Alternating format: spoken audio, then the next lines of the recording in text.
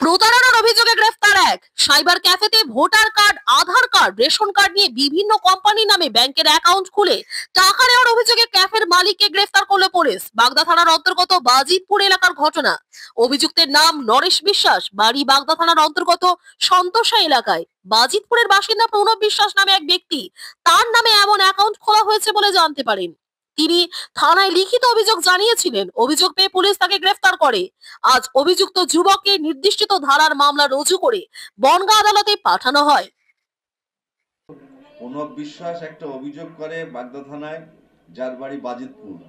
তার অভিযোগে জানা যায় যে তার নামটা ইউজ করে একটা অ্যাকাউন্ট খোলা হয়েছে এবং একটা কোম্পানিও খোলা হয়েছে, এবং সেই পরিপ্রেক্ষিতে সেই কোম্পানির নাম দিয়ে বিভিন্ন লেনদেন, বিভিন্ন আদান প্রদান, বিদেশি টাকা পয়সা এইসবগুলো চলছে।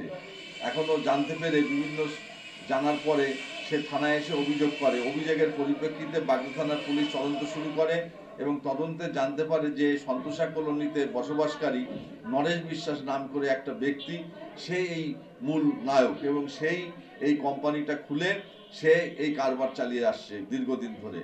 এবং সেই পরিপ্রেক্ষিতে পুলিশ এই নরেশকে গ্রেপ্তার করে তার বিরুদ্ধে আজকে এই অভিযোগের চার্জে আজকে লানেট এসিজেম কোর্টে প্রডিউস করেছে এবং তার পুলিশ কাস্টডি যাতে হয় এবং তাকে সেই প্রেয়ারও দিয়েছে তারা।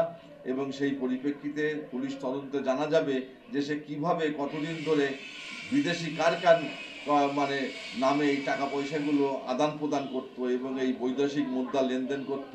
এই যে প্রণব বিশ্বাস এর নাম দিয়ে যে কোম্পানিটা খোলা হয়েছিল সেইটা এখন তদন্ত চলছে এবং তদন্তের বিষয় জানা যাবে যে কতদূর কিভাবে এইটা জালিয়াতিটা করা।